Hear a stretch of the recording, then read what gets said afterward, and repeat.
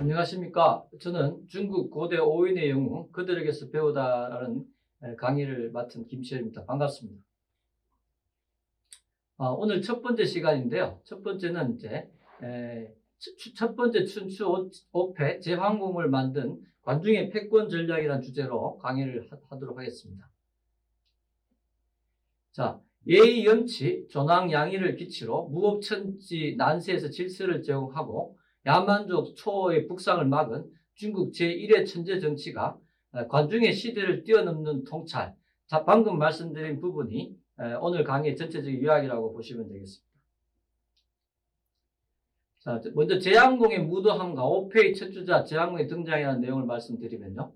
당시 이제 춘추 5패를 설명을 드려야 되는데 중국에서 이제 최초의 동란 시대라고 하는 것이 바로 춘추 시대라고 하는 시기입니다. 그래서 주나라라는 이제 큰 왕실이 있었고, 이 주나라에 이제 어떤 통제를 받는 이제 많은 제후국들이 있었거든요. 그런데 이제 주나라가 기원전 이제 770년에 그 전까지는 이제 서쪽에 호경이라는 도시에서 수도가 있었는데 이것이 지금의 낙양 쪽으로 수도를 옮기게 됩니다. 이것을 이제 주의 동천이라고 하고, 이게 주나라가 수도를 옮긴 다음부터를 이제 춘추 시대라고 하거든요. 그래서 이 기원전 770년부터 이제 공자가 이제 죽는 시기까지를 보통 춘추 시대라고 하는데, 기원전 481년이니까 춘추 시대가 총 한 200 수십 년 정도 진행이 되었다.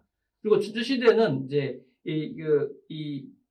천하에 지배를 했던 주나라가 세력이 급격히 약화되는 바람에 이제 제후국들이 이제 어떤 하극상을 일으키고 동란 시대를 하다 보니까 이제 주나라가 중국의 질서를 다 이제 장악할 수가 없다 보니까 춘추 5패라 그래서 이제 그 제후국 중에 이제 순서별로 제 나라의 이제 환공 첫 번째 춘추 5패 한 사람이고, 그 다음에 진해 문공 초의 장황, 그 다음에 오왕 합녀, 그 다음에 이제 오랑 구천의 순으로 쭉 이 시대 순으로 이제 패권자가 등장하면서 중국의 질서를 잡았다라는 하고 이해하시면 될 것 같습니다. 자, 그래서 제황공이라는 사람이 이제 제 나라에서 이제 춘추 5패가 되기까지 어떤 그런 내용들을 이제 말씀을 드리면, 자, 이 제 나라의 이제 제황공의 아버지가요, 제희공이라는 사람이 있었습니다. 그런데 제희공이 이제 그 아들이 이제 강제하라고 이제 그 세자가 있었고, 동생이 이제 이중년이라는 동생 있고, 조카가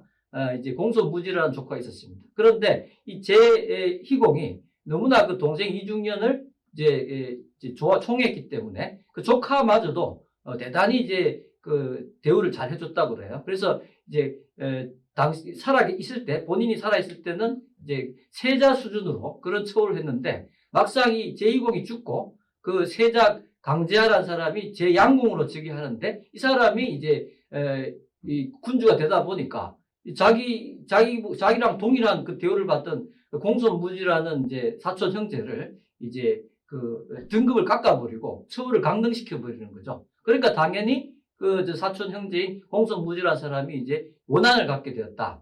그리고 이제 그 연친과 관지부라는 두 장군이 이제 제 나라의 국경을 지키고 있었습니다. 자, 그런데 이 두 장군이 이제 오랫동안 국경을 이제 지켜야 되니까 이제 제 양공에게 이제 언제까지 저희가 이걸 지켜야 됩니다라고 물어보니까 이제 명년에 참외가 익을 때 내가 교체해 주겠다, 뭐 이런 얘기를 하고 돌아갔어요. 그래서 한 1년쯤 지나서 정말 참외가 익는 시기가 왔을 때 이제 교체를 물어보니까 계속 군말 없이 계속 기다려라, 뭐 이런 식으로 하다 보니까 이제 그런 것들이 이제 참을 수가 없는 거예요. 왜냐하면 그 장군뿐만이 아니라 그 밑에 병사들조차도 원래 자기 고향을 떠나서 먼 국경에서 오래 근무를 하다 보니까 드디어 이제 반란을 일으킬 생각을 하게 됐습니다. 자, 그런데 이게 단순히 자기네들의 어떤 불만만 있어서 그런 것도 있지만, 이 제양공이라는 사람이 이제 우리 춘추 시대 때 가장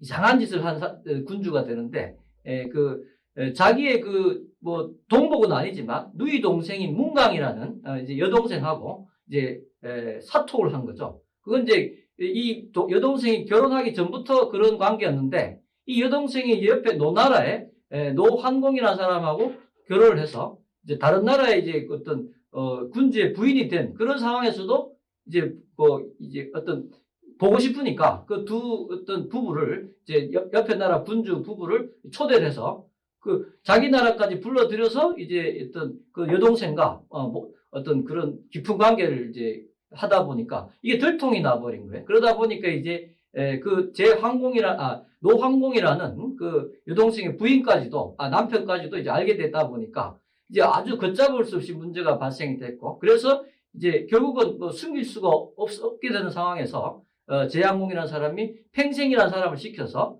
이제 버립니다. 자, 그런 것들이 천하에 이제 많이 알려지다 보니까 천하에 무도한 사람으로 이제 평가를 받게 되었습니다. 자, 그러다 보니까 그런 내용하고 자기네들이 변방에서 그렇게 고생을 했는데도 이제 다른 군대로 교체도 해주지 않다 보니까 그런 것들이 가미가 돼서 이 연친과 간지보라는 장군이 이제 이 반란을 일으키게 됐고, 이 반란을 하게 되면 반드시 이제 제 나라에 따로 새로운 군주를 세워야 되지 않겠습니까? 자, 그러다 보니까 공손무지라는 그 처우에 불만이 많은, 원한이 있는 그런 사람을 이제 옹립을 하는 그런 상황으로 이제 발생이 됐다. 그래서 여기서 교훈이라는 것은 참 이게 아무렇지도 않게 그 자기로 치는 이제 어떻게 보면 변방의 부대 장군들한테 약속을 안 지킨 그 때문에 죽음을 당하는 그런 일이 이제 발생을 하게 됐다고 보시면 되겠습니다.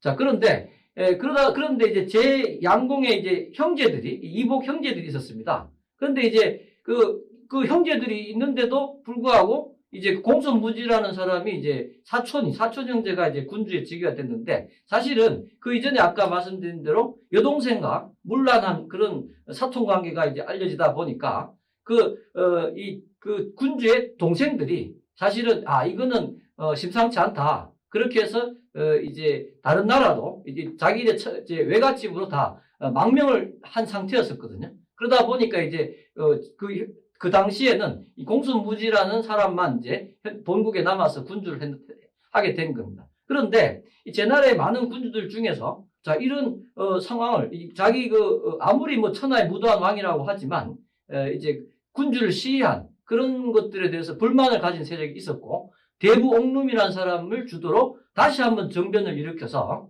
그 연친과 관지보와 이제 공손무지라는 이제 새로운 군주를 죽여버리는 상황이 이제 2차 정변이 발생한 거죠. 자, 그런데 이제 그렇게 되니까 제 나라에는 군주가 없는 상태가 되다 보니까 이제 군주를 옹립을 해야 되는데, 원래 왕의 형제들은 2명이 있었어요. 2명이 있었는데 이 2명이 이제 각각 노나라와 거나라라는 곳에 있었거든요. 그러다 보니까 이 사람들을 이제 불러와야 되는 그런 상황이 되는 겁니다. 그런데 우리가 지금 많이 알고 있는 관중이라는 사람하고 포수가라는 사람이 이제 친구였거든요. 그래서 이제 관포지계라고 하지 않습니까? 그래서 이 관중과 포수가가 그 군주의 형제 2명이 각각 측근의 신하로 각각 있었습니다. 자, 그래서 그런 상황에서 이제 어떻게 보면 군주 후보자가 누가 먼저 제 나라로 오느냐가 이제 관건이 된 거죠. 자, 그런 상황에서 이제 멀리 있는 노나라에 있는 이제 강규라는 이제 군주 후보자가 있었고, 광규를 보좌하는 사람이 관중이라는 사람이었습니다. 자, 그래서 관중이 이제 자기네가 먼저 가기는 어렵지 않습니까? 거리가 너무 머니까. 그래서 그 나라에 있는 강소백이라는 이제 다른 이복 형제가 동생이 이제 먼저 가면 안 되니까 이제 이 관중이라는 사람이 자기가 먼저 미리 가서 길목을 이제 한 30승의 이제 병거를 주면 자기가 가서 이제 매복을 하고 있다가 강소백이라는 동생을 제거를 하겠다. 그래서 이제 그렇게 해서 재빨리 가서 길목을 지키고 있었습니다. 자, 그래서 오는 강소백을 향해서 관중이라는 사람이 화살을 쏘는 거예요, 화살을. 자, 화살을 쐈는데, 그 화살이 이제 그 강소백의 몸에 맞았습니다. 그런데 이제 역사 기록에 어떻게 되어 있냐 하면, 혁대의 갈고리를 맞췄다. 이런 표현을 합니다. 그러니까 사실은 제대로 몸에 상처를 주지 못했던 거예요. 그러나 꼽힌 상태에서 이 사람이 이제 쓰러지면서 피를 토하고 쓰러지는 겁니다. 자, 그러니까 이제 멀리서 화살을 쏜 관중은 이 사람이 화살에 맞아서 이제 거의 죽었구나 이 생각을 하고 안심을 하고 자기는 잘했다고 생각하고 돌아갔습니다. 그런데 사실은 이제 그 강소백이라는 사람이 기지를 발휘해서 이빨을 깨물면서 이제 피를 일부러 흘리는 척 한 거예요. 왜냐하면 자기가 그냥 멀쩡하다고 보면 또 화살을 쏠 수 있으니까 그런 것 때문에 그런 기지를 발휘해서 살 수 있었고요. 결국은 이제 이 강소백이라는 사람과 포수가라는 사람이 이제 먼저 제 나라에 들어와서 제 나라의 군주로 즉위를 하게 됐다. 이런 이제 상황이 발생한 겁니다. 자, 그러니까 이제 그 뒤를 따라오던 강소백이라는 사람이 죽었다고 생각했는데 살아서 제 나라의 군주가 된 거를 본 이제 노나라의 그 군주 노장공하고 그 이제 관중 이런 사람이 굉장히 이제 황당해했어요. 그러다 보니까 이거는 이제 맞이인 강규가 당연히 이제 차지해야 될 그 군주의 지위를 동생이 차지하다 보니까 이것이 불만에 품어서 노나라하고 제 나라가 전쟁을 하게 됐고요. 이 전쟁에서 상대적으로 이제 제 나라가 좀 큰 나라다 보니까 싸움에서 이제 이겨버린 겁니다. 그러니까 이 노나라는 옆에 나라인데 자기가 보호하고 있던 강규라는 사람을 왕으로 제 나라의 군주로 세우려다가 이제 패배하다 보니까 이제 나라가 이제 망할 지경에까지 이르는 거고요. 그래서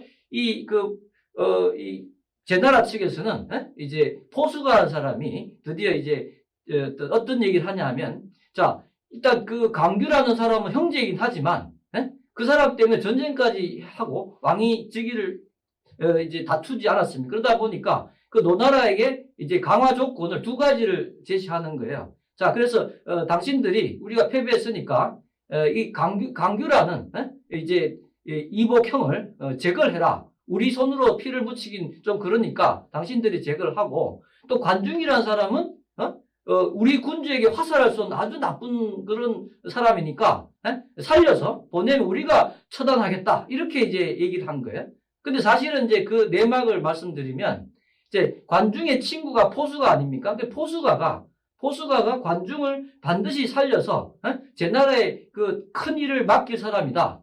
재상으로 삼아야 될 사람이다라고 주장을 했기 때문에 그런 식으로 관중을 살려서 보내라라고 하게 된 거예요. 그래서 이제 이게 우리가 관포지기라고 하는 부분이 바로 이제 이런 부분에서 나타날 수 있는데 이제 그 관중이라는 사람하고 포수가가 어릴 때부터 이제 뭐 같이 장사도 한 경험도 있고 그래서 굉장히 이제 관중에 뛰어난 부분을 포수가 알았기 때문에 이제 이 관중을 이제 살려서 보내게 하는 그런 일을 이제 포수가 주도를 한 겁니다. 자, 그렇게 해서 관중이 이제 지금 그림에 보시는 지금 이 어떤 함구가 있는데 죄수들이 타는 함구예요. 그 함구에 이제 죄인으로 포승을 해서 제 나라에 도착을 했습니다. 그런데 이제 당시 제 나라의 수도 인치가 아니고 당부라는 땅에 이제 먼저 도착을 해서 친구인 포수가가 그 관중 친구를 이제 맞아들이는 그런 장면이 되겠습니다. 자, 그런데 그런 상황에서 이제 제왕공이 이제 제왕공한테 이제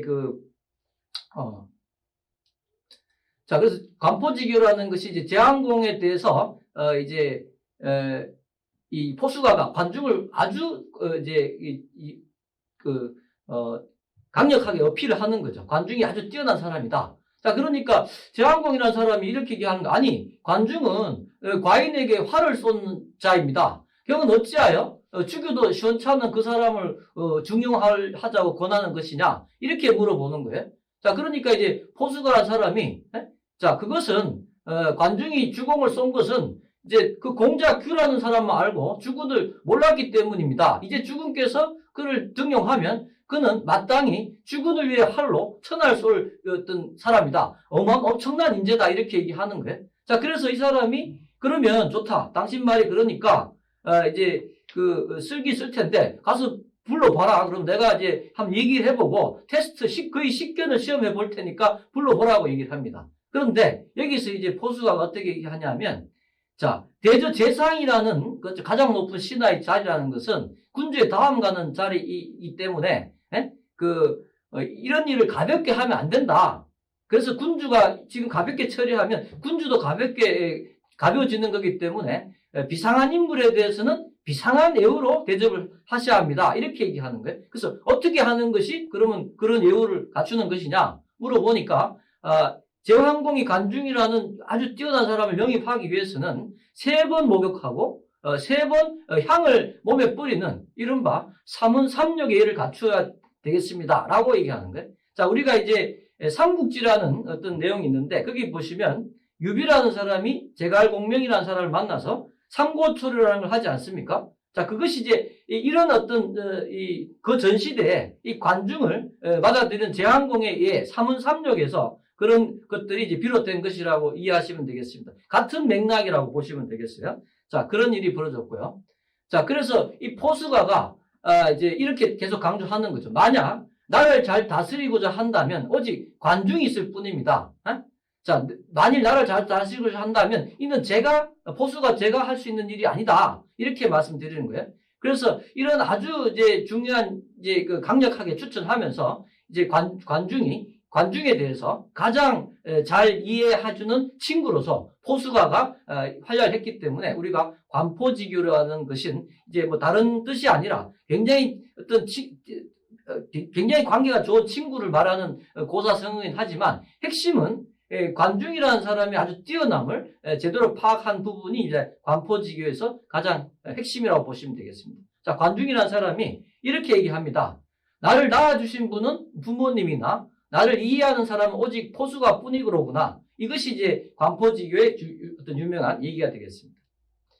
자, 그래서 이제 관중의 개혁 정치를 이제 말씀드리겠습니다. 자, 그래서 이렇게 모진 상태에서 관중에게 이제 이 제왕공이라는 사람이 그러면 내가 어떻게 하면 어떤 부국 강병을 이룰 수 있겠느냐 이렇게 물어본 거죠. 자, 그런데 그 전에 이제 한참 동안 이 삼은삼력 예를 갖추고 우대를 했지만 관중은 아무런 얘기도 하지 않고 침묵을 계속 유지하는 겁니다. 자, 그러니까 제왕공이 아니 어째서 좀 얘기를 하지 않느냐, 얘기 좀 말씀을 해보시라 이렇게 얘기를 하니까 이제 관중이라는 사람이 이제 어떤 얘기를 하냐면 제가 가난하기 때문에 부유한 사람을 통제할 수 없습니다. 그래서 자제하고 있습니다라고 얘기를 하는 거예요. 자, 그러니까 이제 깨우친 바가 있었습니다. 제왕공이.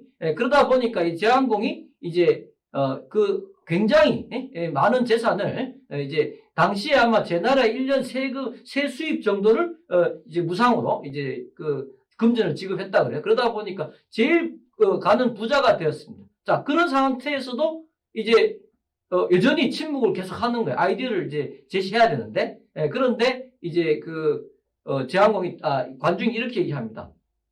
제가 지위가 낮아서 지위가 높은 사람을 통제하기 어렵기 때문에 지금 자중하고 있습니다라고 얘기를 하는 거예요. 그러니까 이제 관중에게 그 제 나라에서 가장 높은 벼슬, 상경벼슬을 제수를 합니다. 그러니까 제일 높은 벼슬을 제시한 거죠. 자, 그래서 이제 그리고 나서도 여전히 침묵하니까 아니 왜 얘기를 하지 않느냐 이렇게 이제 요구를 하니까 마지막으로 관중이 어떻게 얘기하냐면 제가 평민 신분이어서 공족들을 다스릴 수가 없어서 자제하고 있습니다. 이렇게 얘기하는 거예요. 자, 공족이라는 거는 군주의 친척들을 말하는 것인데 대부분 공족들이 다 중요한 자리를 차지하고 있었거든요. 자, 그러다 보니까 이제 그 관중에게 대해서 이제 원래 관중의 이름은 관중이 아니고요. 관이오라는 사람이 관이오. 그런데 이 제왕공이 자, 이제부터는 관이오에게 이제 나의 작은 아버지 칭호를 주겠다. 중부라는 칭호를 주는 겁니다. 자, 그러다 보니까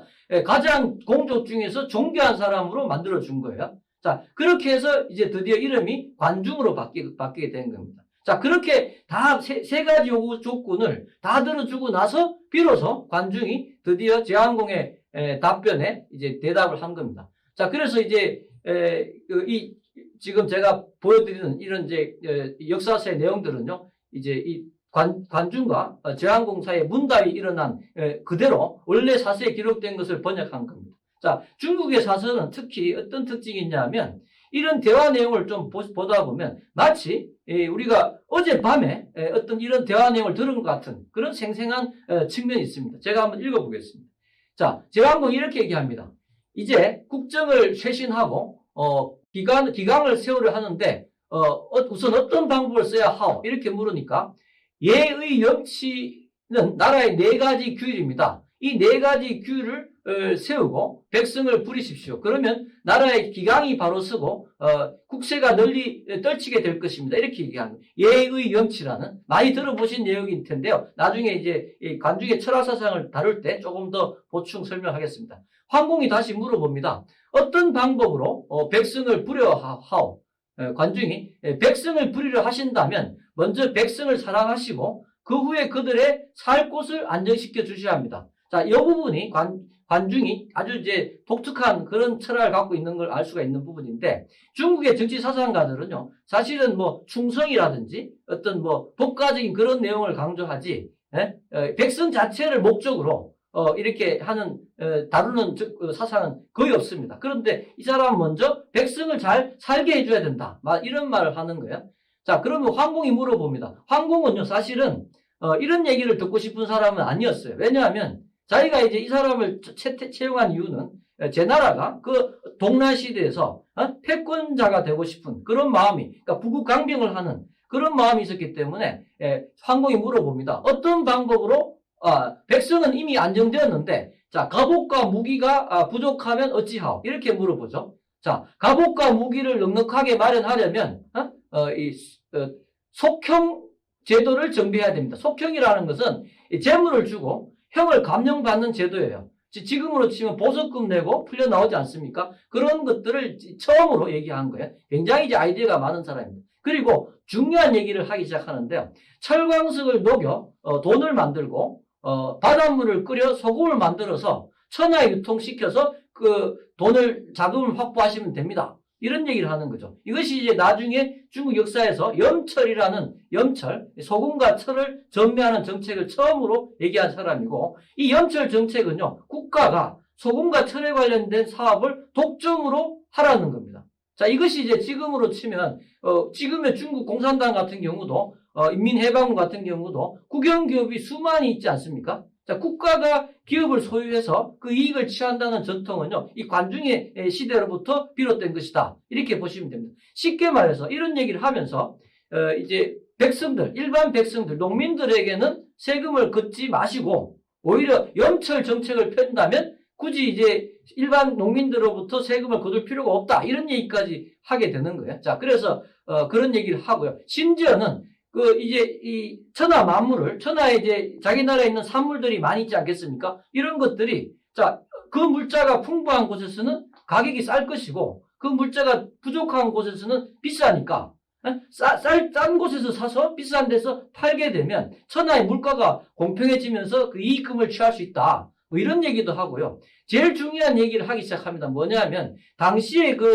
춘추시대에서는 여러 나라가 많이 있었지만, 각 그 나라에 속한 백성들이 다른 곳으로 자유롭게 이동을 할 수 있었거든요. 그러다 보니까 자, 천하의 많은 사람들을 제 나라로 몰려오게 해야 되는데 그 방법을 얘기를 하는 겁니다. 자, 그래서 귀녀 300명을 이제 인치란 수도에 두고 기생집을 만들라는 거죠. 그렇게 되면, 그리고 이제 30리마다 객잔을 만들면 천하의 많은 어떤 이제 상인들이 다 제 나라로 몰려와서 상거래를 하지 않겠냐. 그럼 그 사람들의 거래에 대해서 거래세를 받게 되면 세금을 농민들에게 거두지 않아도 됩니다. 이런 얘기를 하기 시작하는 겁니다. 자, 굉장히 이제 어떻게 보면 구체적이고 놀라운 아이디어를 제시하는 거예요. 자, 그리고 그러니까 황공이 계속 물어보는 거예요. 자, 당신 말대로 하니까 이 재원은 넉넉한 거 할 것 같은데 군사가 부족하여 군대의 위세를 떨칠 수 없을 때는 어찌하면 좋소? 이 사람은 결국은 이제 제왕공이라는 사람은 결국에서는 강력한 군대를 가지고 패권을 해야 되는 거 아니냐, 이런 사고방식이 있는 것 같아요. 자, 그러니까 관중이라는 사람이 어떻게 얘기하냐 하면, 자, 군사는 정예병을 귀중하게 여기지 숫자만 많은 걸 귀중하게 여기지 않습니다. 자, 주상께서 만약 군사를 강하게 하신다면 내정을 펼치시면서 거기에 군령을 몰래 끼워 넣으십시오. 자, 대단히 중요한 얘기를 하고 있습니다. 자, 이제 내정을 펼치는데 군령을 끼워 넣으라 하는 거예요. 그래서 이제 이런 얘기를 이해할 수 없는 황공이 물어보는 거예요. 내정을 어떻게 해야 하는 것이요?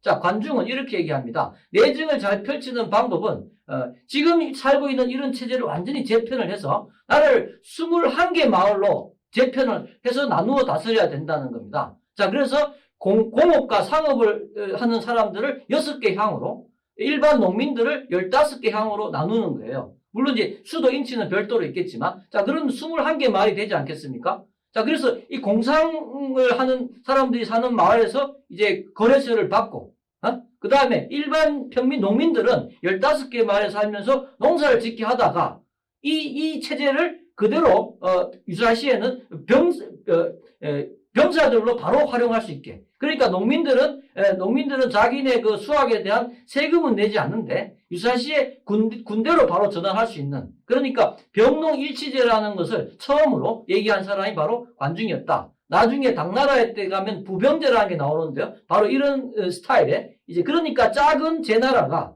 굉장히 많은 어떤 병사를 정예화된 병사를 만들기 위해서는 바로 이렇게 내정의 군령을 끼워넣는 병농일치적인 그런 어떤 이제 시대를 앞선 방법론을 제시했습니다. 나중에 이제 서양사를 공부해 보면 이제 프로이센 독일이란 그 나라가 바로 이런 방식으로 이제 유럽의 그 최강의 군사 강국이 되는 걸 알 수가 있는데 역시 동서고국을 막론하고 비슷한 방법으로 군사력을 높인 걸 알 수가 있습니다. 자, 그래서 그 황공이 이제 다시 물어보네요. 자, 저 사람 말을 들어보니 돈도 많이 거둘 수 있고 또 군사력도 강력할 수 있는데 이제 그러면 내가 패권을 잡으려면 이 천하의 제후를 이 나의 강력한 병세로 정벌을 하면 되겠느냐 이렇게 물어보는 거예요. 자, 그런데 관중이 대답하기를 안 됩니다. 주왕실이 우리의 배경이 되어주지 않으면 이웃 나라가 우리를 따르지 않습니다. 자, 그래서 여기서 이제 관중의 정치 철학의 핵심을 우리가 알 수 있는데요. 관중은 이제 이 춘추 5패 첫 번째 패권을 단순히 힘이 센 그 군사력만으로 달성하지 않고요. 그것은 이제 다른 사람들이 우리말을 잘 듣게 하기 위해서 어떤 배경으로서 작동하는 것이지 중요한 것은 이제 대의명분이 필요하다는 겁니다. 대의명분. 자, 대의명분은 바로 이제 주나라 왕실이 있으니까 조낭을 하고 주나라 왕을 받들면서 양이 오랑캐를 물리치는 조낭과 양의의 기치를 최초로 우리가 이제 관중이라는 사람이 제시를 하는 겁니다. 자, 우리가 구한말 시절에 뭐 대원군의 세국 정책 같은 것이 진행되지 않았습니까? 그때 이제 유학 유생들이 조낭양이라는 것을 이제 많이 얘기를 하는 게 바로 여기서 비롯된 내용이다. 자, 그래서 이런 식으로 얘기하고 그 다음에 이제 천하의 악인을 골라 공격하고 그 땅에 혜택을 주고 또 임금을 시해하고 보위를 찬탈한 자들을 골라 주사를 하면 그것이 이제 폐업을 이룰 수 있는 길이다. 즉 다시 말하면 이 주나라 왕실이 힘이 약해졌고 주나라 왕실이 이런 어떤 경찰 역할을 제대로 못하다 보니까 주 왕실을 대신해서 이 천하의 나쁜 사람들을 이제 응징하는 어떤 중국 전체에 대한 경찰 역할을 하라는 어떤 조언을 하게 되는 겁니다. 자, 그런 얘기를 하면서 이제 제왕공이라는 사람이 제 나라의 패권은 이런 방식으로 이제 나아가면 되겠구나라는 걸 알게 하는 거죠. 사실 이런 식으로 다 진행이 되게 돼 있습니다. 자, 그런데 황공이 이제 마지막 질문이 대단히 이제 흥미로운 질문인데요. 이런 얘기를 합니다. 과인은 불행하게도 사냥을 좋아하고 여색을 좋아하오. 이것이 폐업을 이루는데 방해가 되지 않겠소? 이렇게 물어봅니다. 굉장히 솔직한 군주예요. 자, 그런데 관중은 폐업에 방해가 되지 않습니다. 라고 답변을 하는 겁니다. 자, 그러면 무엇이 폐업에 방해가 되는 일이요? 이렇게 물어봅니다.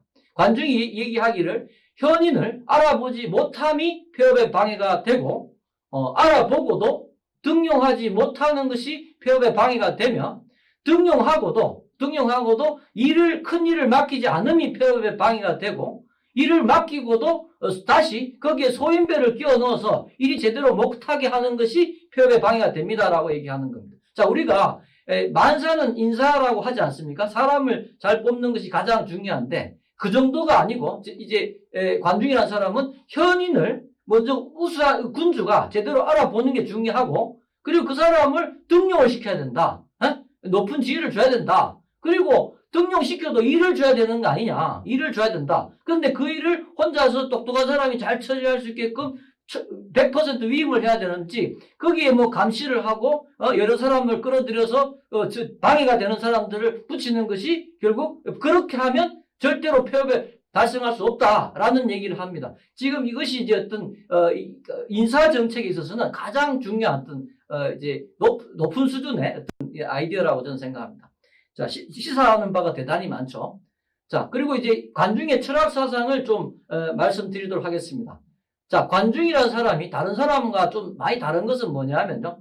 관중이라는 사람이 젊은 시절에 포수가 하고 이제 장사를 해서 이제 실패한 경험도 있고, 그다음에 하급 관리로 들어가서 3번이나 쫓겨났다고 합니다. 왜 쫓겨난지는 설명을 하지 않아요. 그리고 군대를 들어가서 이제 전투가 벌어지는데 3번의 전투 때 매번 제일 먼저 도망을 했다. 그러니까 그런 것들을 감안했을 때는 관중이라는 사람이 그야말로 보통 사람들이 경험할 수 있는 모든 일을 다 경험해본 그런 사람들이었다. 그러면서 이제 현실적인 실용주의 정치를 이제 철학을 갖게 된 사람이라고 보시면 될 것 같고요.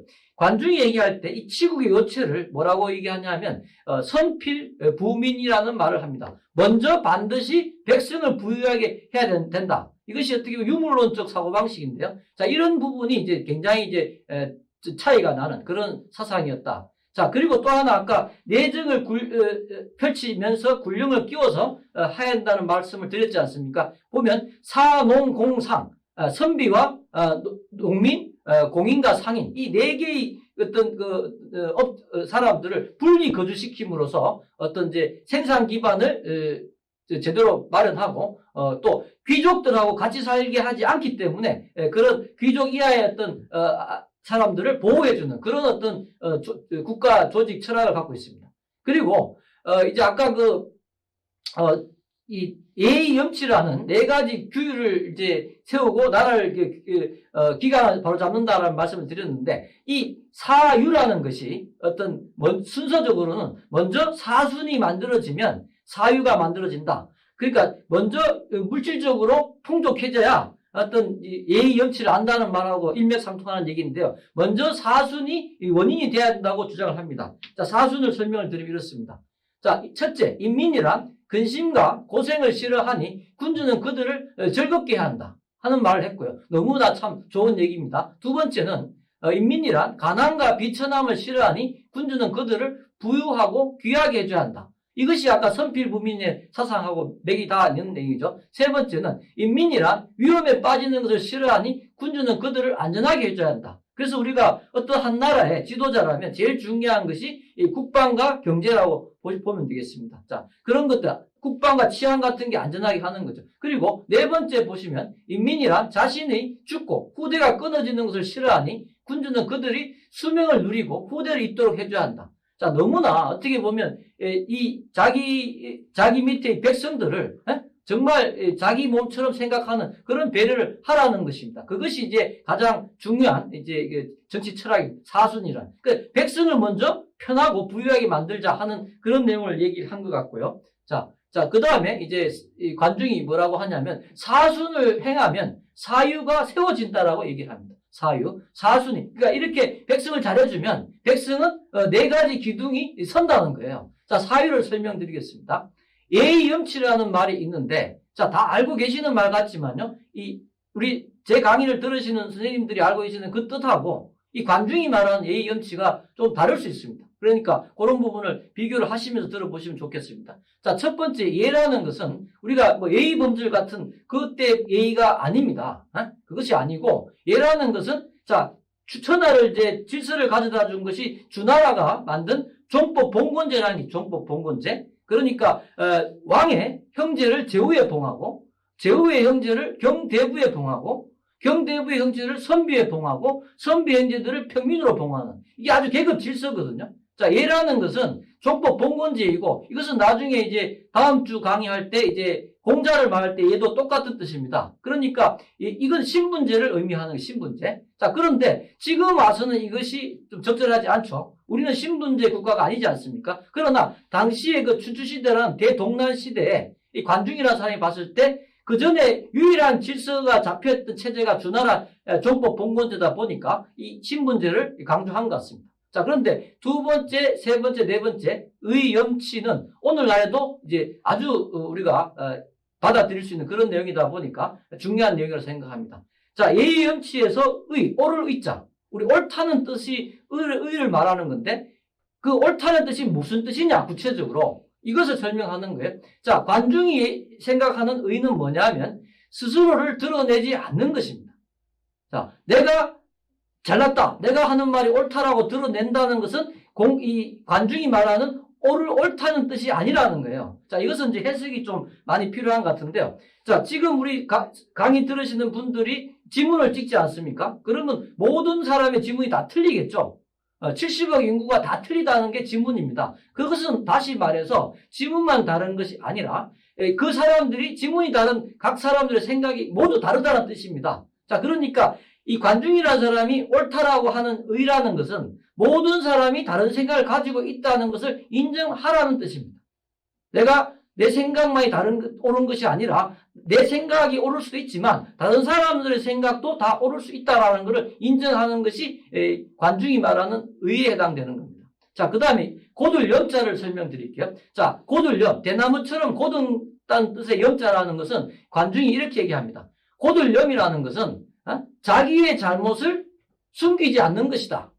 잘못을 쿨하게 인정하는 것이다. 그래서 내가 잘못했다고 인정하는 사람들이 곧다는 뜻입니다. 그러니까 잘못을 저질러 놓고도 잘못하지 않았다고 계속 변명을 하는 사람들은 곧지 않은 사람이겠죠. 그죠? 자, 그것이 이제 자신의 잘못을 숨기지 않는 것이 고들 염자이고, 치자도 중요합니다. 수치심이라고 할 때 그 치자는 뭐냐면, 수치스럽다는 뜻은 뭐냐면, 자, 남의 잘못된 점을 따르지 않는 것이다. 자, 이게 되게 중요한 거예요. 자, 우리가 각자가 어떤 문제에 대해서 확신이 없는 상태에서는 대부분 대세를 따르지 않습니까? 자, 근데 그 대세가 100% 맞다는 보장이 없잖아요. 과거에 그 갈릴레오 갈릴레이가 모든 사람이 태양이 지구를 주변을 돈다고 생각할 때 혼자서 지구가 태양을 돈다고 주장했거든요. 그러나 모든 사람들은 그걸 반대했단 말이에요. 그러면 그 모든 사람이 틀린 거지. 예? 모든 사람이 옳다고 얘기한다고 해서 그 모든 사람의 대세를 따른다는 것은 수치스러운 일인 겁니다. 아무리 소수라도 옳은 건 옳은 것이다. 자, 그것이 이제 관중이 말하는 이 사유, 예의, 엄치에 해당되는. 자, 이것이 지금 설명드린 것처럼 보통 수준이 아닙니다. 엄청난 수준이에요. 자, 이런 사람들로 사회가 가득 차 있다면 그 나라가 얼마나 강력한 사회가 되겠습니까? 자, 그런데 더 중요한 거는 이런 정신적인 수준이 바로 사순이 이루어져야 백성이 잘 살게 돼야지 이런 일들이 벌어진다는 겁니다. 자, 그렇게 말씀드렸고요. 자, 순자란 사람이 관중을 평론하는데요. 자, 이 순자는 이 예학을 집대성한 육아사상의 아주 대가입니다. 자, 그래서 이 순자의 평론은 관중에 대한 편이 이렇습니다. 관중의 사람됨은 공을 세우는 데에만 힘을 썼지 의에는 힘쓰지 않았고 지혜를 쓰는 데만 힘을 썼지 인에는 힘쓰지 않았으니 야인일 뿐이며 천자의 대부가 될 수 없는 것이다. 자, 이것이 제가 동의를 해서 이런 말을 인용한 것이 아니고 이 육아 사상가들이 보는 관중의 어떤 모습이다. 자, 육아 사상이 얼마나 편협하면 이 관중 같은 위대한 인물을 이렇게 폄하하는 것을 보면 이제 어떤 이데올로기에 사로잡힌다는 것이 대단히 위험한 것을 알 수가 있습니다. 자, 관중은요, 제가 서두에 말씀 안 드렸는데 관중의 의미를 세 가지로 정리할 수가 있어요. 첫 번째는 예의 염치에서 알 수 있듯이, 자, 예라는 얘기를 처음으로 한 사람입니다. 자, 우리가 공자라는 사람이 예와 인을 가지고 육아 사상을 이제 만들었다고 하지 않습니까? 근데 그 공자가 나타나기 200년 전에 관중이 먼저 이 예라는 것을 얘기를 했기 때문에 어떻게 보면 이제 공자가 만들었다는 육아 사상의 원류에 해당되는 사람이다. 그렇게 이해할 수가 있고요. 또 하나는요, 이 사람이 어떤 얘기를 하냐면 현실주의 정치적하다 보니까 육병이라는 얘기, 육병. 자, 생살, 빈부, 귀천이란 말 합니다. 군주가 6가지 권한이 있는데 자기 밑에 사람들을 살리고 죽이고 가난하게 만들고 부유하게 만들고 존귀하게 만들고 천하게 만들고 이런 것들을 할 수 있다. 여기서 중요한 것은 이제 상과 벌을 준다는 뜻이 있거든요. 그래서 상벌을 줘서 천하를 다스린다는 사상이 바로 법가 사상의 핵심입니다. 그래서 이 관중으로부터 이제 법가 사상이 또 도출되게 되었다 하는 것들이 있고요. 세 번째가 바로 이제 관중이 현실적으로 선필부민, 먼저 백성을 이제 부유하게 만들고 나라를 부강하게 만드는 그런 강력한 현실주의 정책을 펼친 것이 중국의 역사에서 계속 되풀이되는 어떤 모델 케이스로 작동을 하게 되는 겁니다. 따라서 제 사견이긴 하지만 저는 이제 중국사를 한 20년 이상 공부한 사람인데 중국사에서 가장 위대한 정치가 한 명을 꼽으라면 저는 단연코 관중을 꼽습니다. 그만큼 중요한 사람이고 실제적으로 중국 사회에 어마어마한 영향력을 끼친 사람이다. 자, 그런 사람임에도 불구하고 유가사상가들은 이 관중을 이익을 추구한다는 등 이런 식으로 의를 추구하지 않는다. 이렇게 이제 폄하하는 당시에서도 그런 평가를 일부에서 받았습니다. 자, 계속 말씀드리면 자, 그래서 이제 구체적인 말씀을 조금 더 드리면 이제 관중이라는 사람이 이제 천하에 중국의 그 동란 시대의 그 어마어마한 그 혼란 시대를 이제 질서를 부여하는 그런 그 처음으로 질서를 부여한 사람으로서 큰 의미가 있는데 그것은 바로 조낭양이라는 어떤 기치를 내걸었다. 주나라의 왕실을 받들고 이제 그 중국 세계 바깥에 있는 야만족을 물리치는 그런 것들이 이제 제왕공의 패권 정치라고 볼 수가 있겠습니다.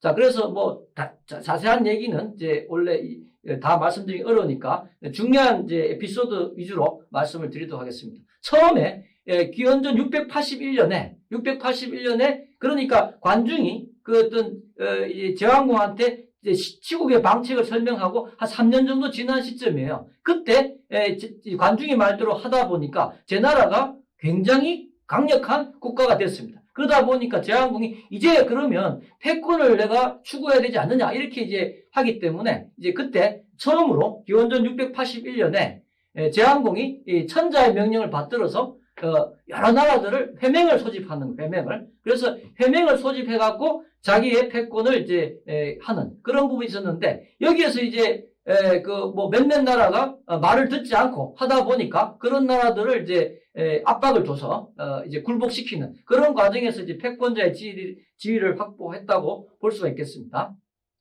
자, 그다음에 자, 제일 중요한 게 뭐냐면 지금 제황공이라는 춘추오패 첫 번째 패권자가 어떤 이제 역할을 했냐면 지도를 한번 보면서 말씀드릴게요. 지도에서 이제 어떤 게 있냐면 자, 이게 이제 춘추시대의 지도인데요. 춘추시대 지도에 보면 여러 나라들이 있습니다. 그런데 이제 남쪽에 보시면 초나라라고 초나라가 이제 남방의 강대국인데 이 초나라가 사실은 이제 중원 한족의 포화섭이 안 되고 야만족이라고 일컬어졌습니다. 그런데 이 초나라가 어마어마하게 힘을 키워요. 그러다 보니까 이제 이 중국에서 가장 위협을 가한 어떤 세력은 바로 초나라였고, 초나라가 이제 계속 북상을 하려고 하는데, 그 북상을 이제 제나라가 혼자서는 막을 수가 없고, 여러 사람들의 힘을 합쳐서 초나라의 북상을 막는, 그것이 이제 그 가장 중요한 그 폐업의 하나였다. 이렇게 보시면 되겠습니다.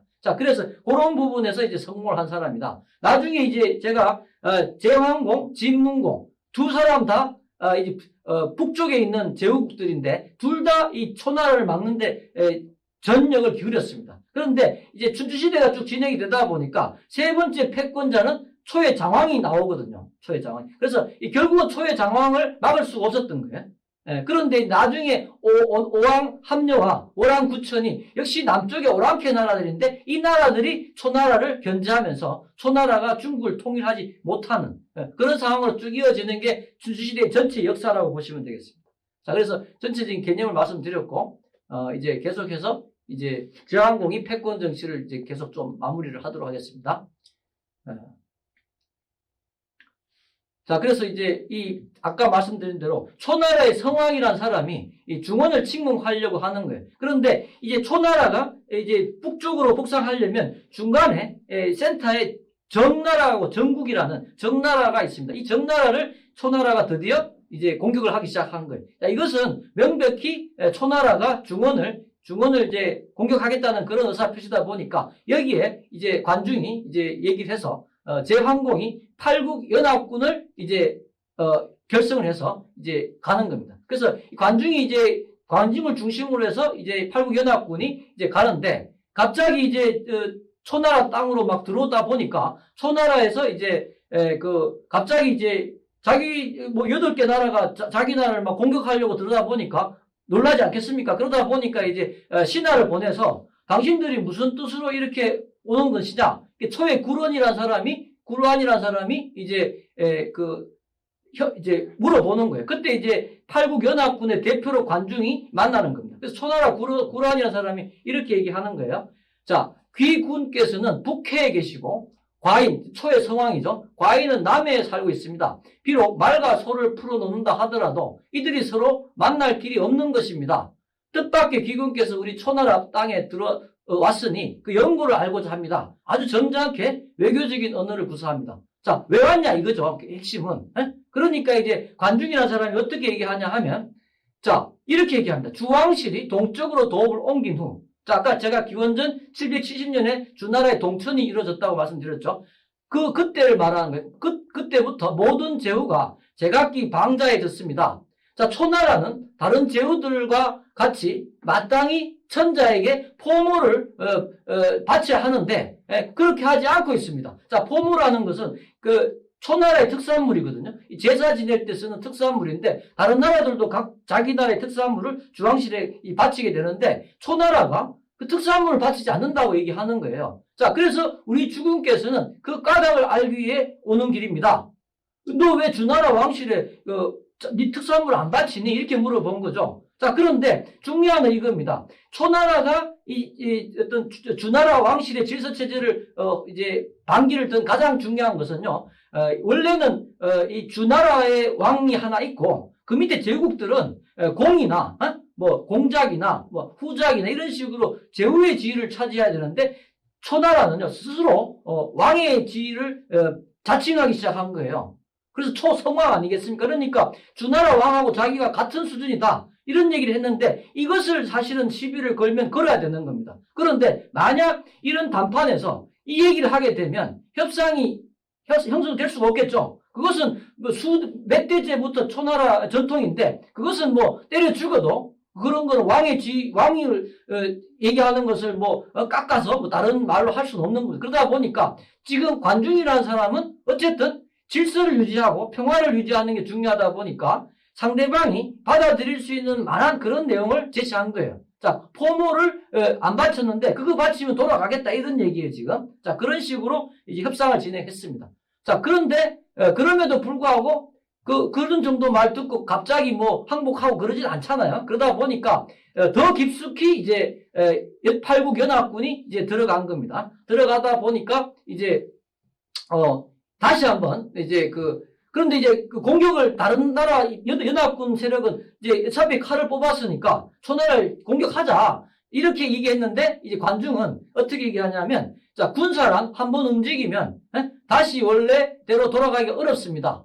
자, 그래서 이 위세를 보여주고 여기서 중지를 하면 적의 사자가 올 것이다. 이렇게 기다리자. 이렇게 얘기하는 거예요. 그래서 이제 결국 이제 대화가 다시 시작하는 겁니다. 그래서 이 초나라의 뭐 성왕을 대신해서 아까 왔던 초구란이라는 사람이 제항궁을 찾아가서 얘기를 하는 거예요. 초나라가 주와 함께 해마다 포모를 올려야 되는데 군주께서 우리가 포모를 올리지 않았기 때문에 군주께서 일부러 여기까지 오셨습니다. 이제 저희 주군께서는 스스로 잘못을 뉘우치고 있기 때문에 군주께서 20리만 물리주시면 저희 주군께서 군주의 조건을 듣겠습니다. 투항하겠다는 거죠. 자, 그렇게 해서 드디어 이러한 현명한 관중의 처리에 의해서 그 엄청난 초나라의 어떤 북상을 이제 저지하는데 성공을 하게 된 것이 바로 소릉 단판이라는 역사에 길이 남는 그런 부분이었고 이런 전통이 이어지다 보니까 여러 나라가 회맹을 해서 이제 초나라를 계속 막는 그것이 다음 진문공이라는 시대까지도 이제 이 야만족 초나라의 북상을 막는 데 성공하게 되는 겁니다. 자, 그런 어떤 위치에서 제가 이제 강의를 마무리하겠습니다. 자, 제가 이제 오늘 관중편을 말씀을 드렸는데 관중이라는 사람은 중국이라는 나라에서 이 혼란기에 등장한 위대한 정치가였고 이제 그릇의 크기가 너무나 커서 이제 이 사람으로부터 유가사상과 법가사상이 비롯되었고요. 그리고 중요한 거는 그보다 더 중요한 건 지금 이런 식의 중국 자체의 혼란 시대에 어떤 새로운 정치 질서를 어떤 패권자의 등장으로 정치 질서를 만들어서 그 난세가 더 참혹한 상황이 되지 않게끔 막았던 굉장히 뛰어난 정치가였다 하는 것으로 이제 오늘 강의를 마치겠습니다. 오늘 강의 마치고요. 다음 주 강의를 소개하는 걸로 오늘 완전히 강의를 종료하도록 하겠습니다. 다음 주 강의는 지금 두 번째 시간에는 중국 정치 철학의 아버지라는 평가를 받고 있는 공자의 주유천하라는 주제로 강의를 하도록 하겠습니다. 자, 오늘 1강 강의를 여기서 마치도록 하겠습니다. 고맙습니다.